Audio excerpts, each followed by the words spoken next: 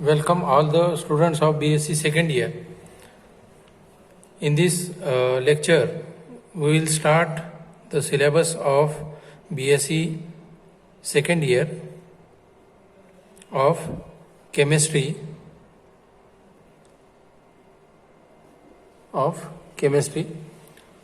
In that, we have to see in total in this lecture, we have to see physical part,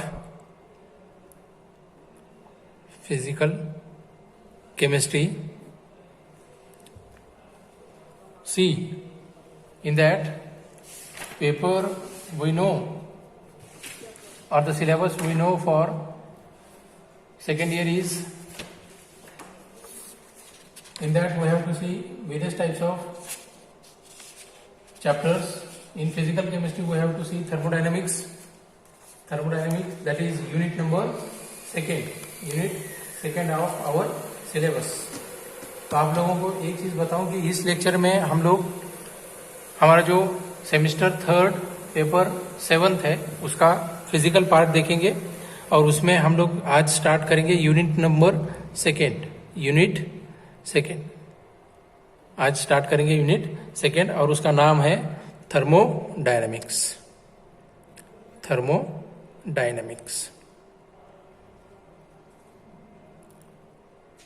ठीक है। इस thermodynamics chapter में हम लोग अलग अलग टाइप के लॉज भी देखेंगे। ठीक है, जैसे फर्स्ट लॉ ऑफ थर्मोडायनेमिक्स है, जूल्स लॉ है, जूल थॉमसन इफेक्ट होगा। ठीक है, तो ये पॉइंट्स को हम कंटिन्यू करते चलेंगे। ठीक है, और हाँ कि थर्मोडायनेमिक्स ये जो पार्ट हम देख रहे हैं, दैट मीन्स यूनिट सेकंड जो देख रहे हैं, तो इसके लिए हमने ऑलरेडी स्टडी भी की हुई है 12th स्टैंडर्ड में, और उसी को आज हम आगे कंटिन्यू करेंगे फर्दर और देखते चलेंगे thermodynamics and first law of thermodynamics. ठीक है, तो फर्स्ट हमारा आएगा कि introduction to first law of thermodynamics. और थर्मोडायनेमिक्स आप सभी को पता है कि थर्मोडायनेमिक्स हम किसको बोलते हैं, branch of science deals with the quantitative relationship between, है ना। कि कौन से रिलेशन की स्टडी करता है थर्मोडायनेमिक्स, रिलेशन बिटवीन किसमें स्टडी करता है, relation between heat and other forms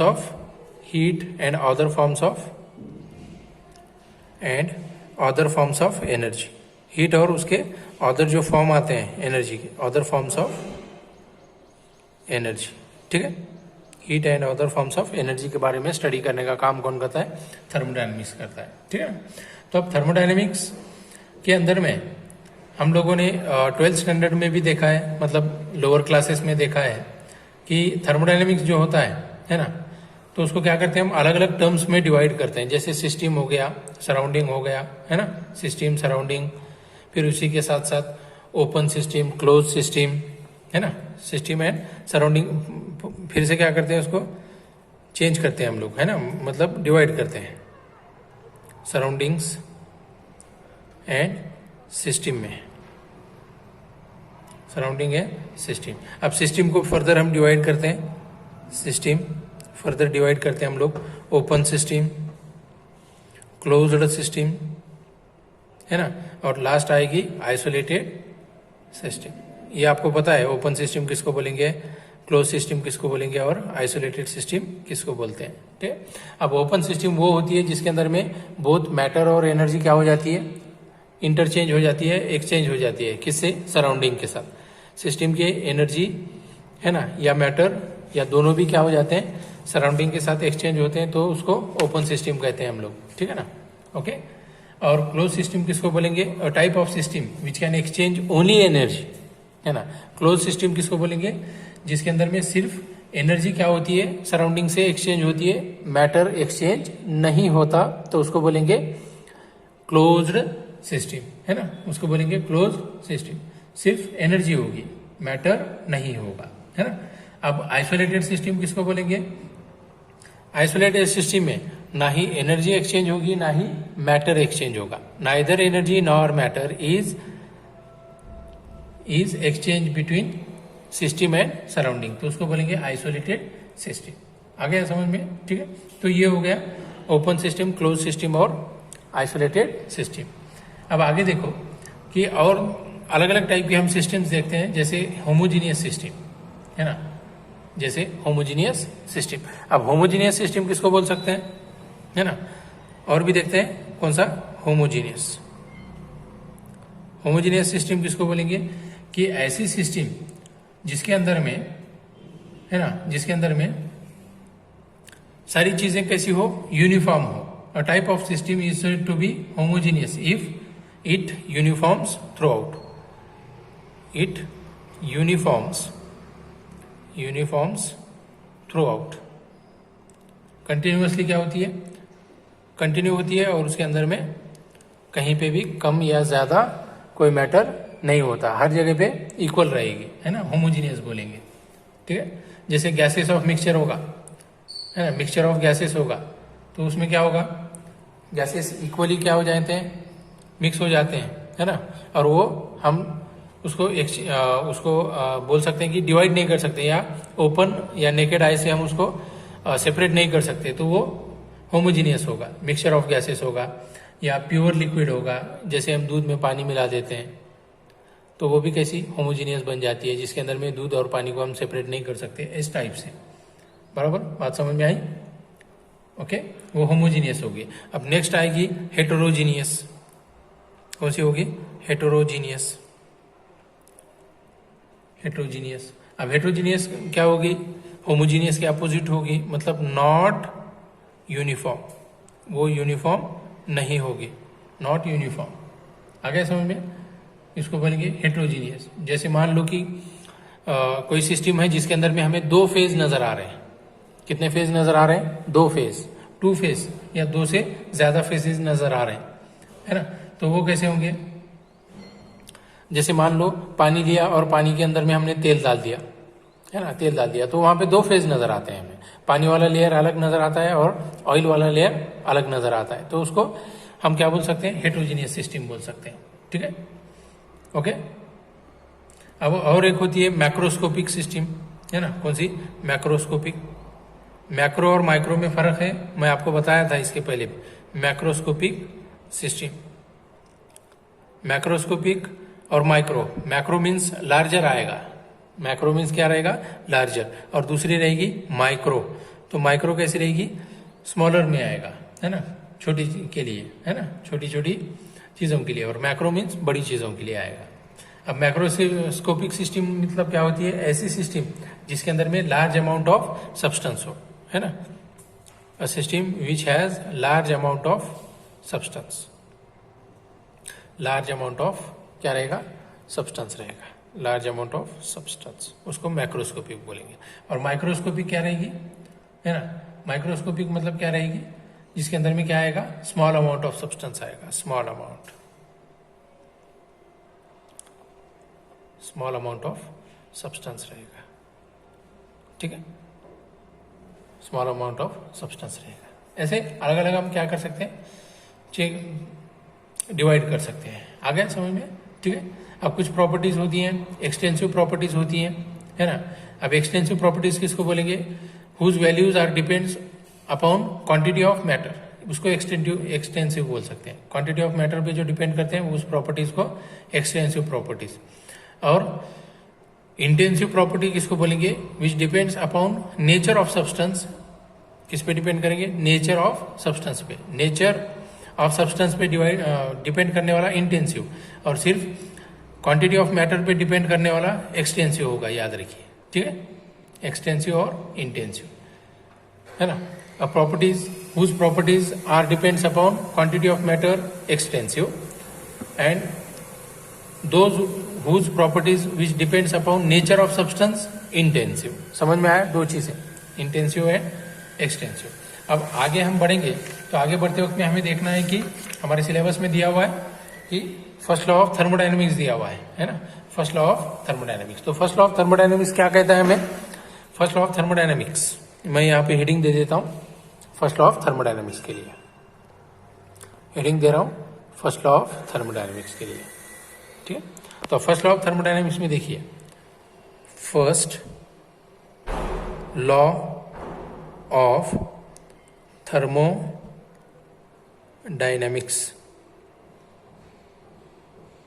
first law of thermodynamics. तो फर्स्ट लॉ ऑफ थर्मोडायनेमिक्स जैसे आपने 12th स्टैंडर्ड में भी देखा हुआ है इसको, 12th standard first law of thermodynamics को, ठीक। तो फर्स्ट लॉ ऑफ थर्मोडायनेमिक्स क्या बोलता है, टोटल एनर्जी, जैसे मैं स्टेटमेंट अगर से बोलूं, total energy of universe remains क्या रहेगी, constant, remains constant. Total energy of universe कैसी रहेगी, कांस्टेंट रहेगी। Total energy of universe remains constant, ठीक है। ये हो गया एक बात समझ में आई, total energy of universe remains constant. और क्या बोल सकते हैं, सेकंड स्टेटमेंट दे सकते हैं, energy can neither be created nor be destroyed. Energy can neither be created nor be destroyed, ठीक है, destroyed। although क्या कर सकते हैं, although it may be converted into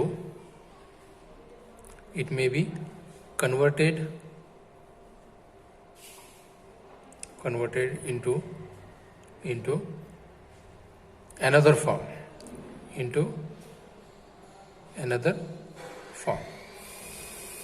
है ना। मतलब क्या बोल रहा है कि टोटल एनर्जी जो रहेगी यूनिवर्स की, तो वो कैसी रहेगी, सेम रहेगी।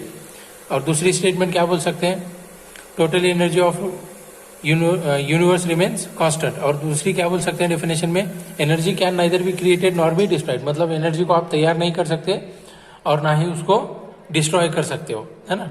लेकिन एक एनर्जी के फॉर्म को हम दूसरे एनर्जी में क्या कर सकते हैं, कन्वर्ट कर सकते हैं। जैसे फिजिकल एनर्जी, जैसे मान लो कि पोटेंशियल एनर्जी है, पोटेंशियल एनर्जी का कन्वर्जन आप काइनेटिक में कर सकते हो, या काइनेटिक का कन्वर्जन पोटेंशियल में कर सकते हो, या तो फिर मैकेनिकल में कर सकते हो, आगे समझ में, या तो फिर अलग अलग फॉर्म में क्या कर सकते हो, उसको ट्रांसफर कर सकते हो। लेकिन नई एनर्जी को हम फॉर्म नहीं कर सकते और दूसरी एनर्जी को हम डिस्ट्रॉय भी नहीं कर सकते। हाँ, लेकिन एक फॉर्म से दूसरे फॉर्म में हम उसको क्या कर सकते हैं, कन्वर्ट कर सकते हैं, है ना। या तो फिर और एक उसको स्टेटमेंट दे सकते हैं, when one form of energy, क्या बोल सकते हैं, when one form of energy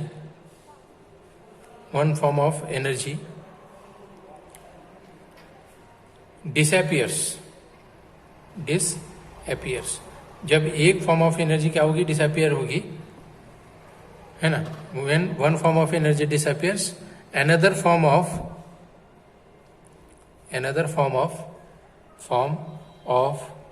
energy appears. तो दूसरी फॉर्म ऑफ एनर्जी क्या होगी, अपीयर होगी। मतलब एक फॉर्म अगर से डिस्ट्रॉय हो गया तो उसी के वही एनर्जी का दूसरे फॉर्म में क्या होगा, अपीयरेंस होगा। आ गया समझ में, ठीक है, आ गया समझ में,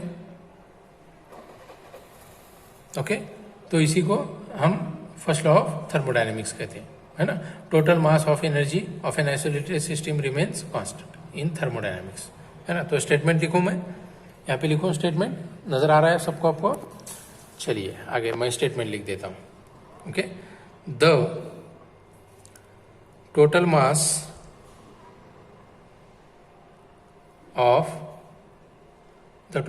of the energy of an isolated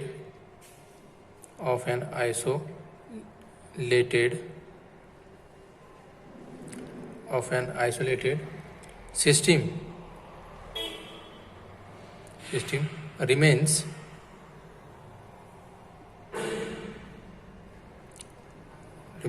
क्या रहेगी, constant of an isolated system remains constant in chemical thermodynamics।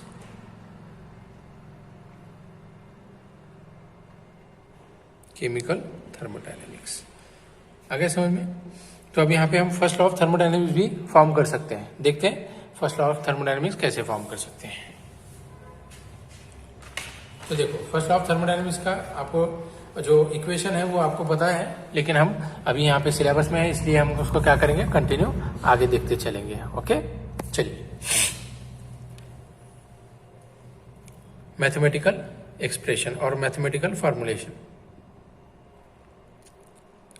Mathematical formulation और एक्सप्रेशन और ऑफ फर्स्ट लॉ ऑफ किसको, थर्मोडायनेमिक्स।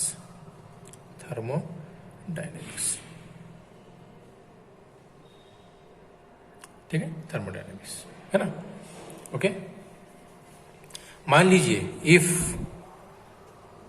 हीट, कोई सिस्टम को हम हीट दे रहे हैं, तो कितनी हीट दी हमने, Q is the heat supplied, कितनी सप्लाई की, Q is the heat supplied किसको, टू सिस्टम। कोई सिस्टम को हमने हीट दी कितनी, Q अमाउंट ऑफ हीट क्या कर दी, सिस्टम को सप्लाई की। तो उससे क्या होगा, तो उसकी जो इंटरनल एनर्जी क्या होगी, इंक्रीज होगी, क्योंकि हम बाहर से हीट क्या कर रहे हैं, सिस्टम को सप्लाई कर रहे हैं। तो उसकी इंटरनल एनर्जी क्या होगी बच्चों, इंटरनल एनर्जी इंक्रीज हो जाएगी, internal energy increases, internal energy increases, है ना। तो सिस्टम की इंटरनल एनर्जी क्या होगी, बढ़ेगी, है ना। इफ मान लो डेल्टा यू, है ना, मान लो डेल्टा यू इतनी एनर्जी, इंटरनल एनर्जी क्या हो गई, बढ़ गई। इंटरनल एनर्जी कितनी बढ़ गई, delta U is the internal energy, internal energy increased of system की इंटरनल एनर्जी कितनी बढ़ गई, डेल्टा यू। कोई सिस्टम ली और सिस्टम को हमने क्यू अमाउंट ऑफ हीट क्या कर दी, सप्लाई कर दी। तो क्यू अमाउंट ऑफ हीट जब सप्लाई करेंगे तो सिस्टम की इंटरनल एनर्जी में कितना इंक्रीज होगा, डेल्टा यू इतना इंक्रीज होगा, ठीक है। और वर्क डन कितना होगा, डब्ल्यू इतना वर्क डन होगा, समझो, है ना। सिस्टम का वर्क डन कितना होगा, डब्ल्यू, है ना। कोई सिस्टम को हमने एनर्जी सप्लाई की, Q amount of energy supply की, तो उसके अंदर में इंटरनल एनर्जी कितनी बढ़ गई उसकी, डेल्टा यू। अब जितनी एनर्जी सप्लाई की तो वर्क डन तो होना ही है, तो वर्क डन कितना हो गया, मान लो डब्ल्यू वर्क डन हो गया, इतना वर्क डन हो गया। तो यहाँ पे क्या लिख सकते हैं हम,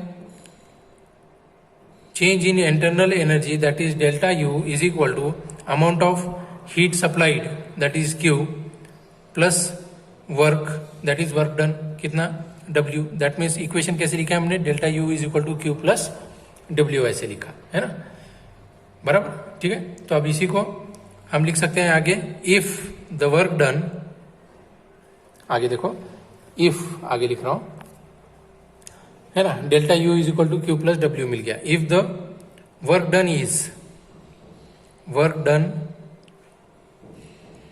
इज वर्क ऑफ एक्सपांशन, वही क्या रहेगा, अगरचे मान लो वर्क डन ही क्या है, वर्क ऑफ एक्सपांशन है, क्या है, वर्क ऑफ एक्सपांशन,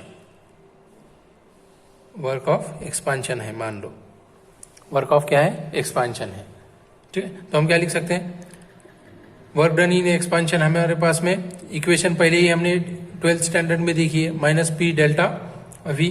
तो यही वैल्यू अब पुटअप करेंगे, थोड़ा सा देखो आगे ऊपर वाली इक्वेशन में। तो Q इज इक्वल टू क्या लिख सकते हैं हम लोग, delta U plus P delta V, है ना। Q is equal to delta U plus P delta V, है ना। ये हो गई लार्ज अमाउंट के लिए, है ना। अगर मान लो कि स्मॉल चेंजेस है, इफ द चेंजेस कैसे हैं, are small, if the changes are कैसे हैं, स्मॉल, देन तो उसको कैसे लिखेंगे, delta Q is equal to U plus P delta क्या लिख सकते हैं, वी, है ना।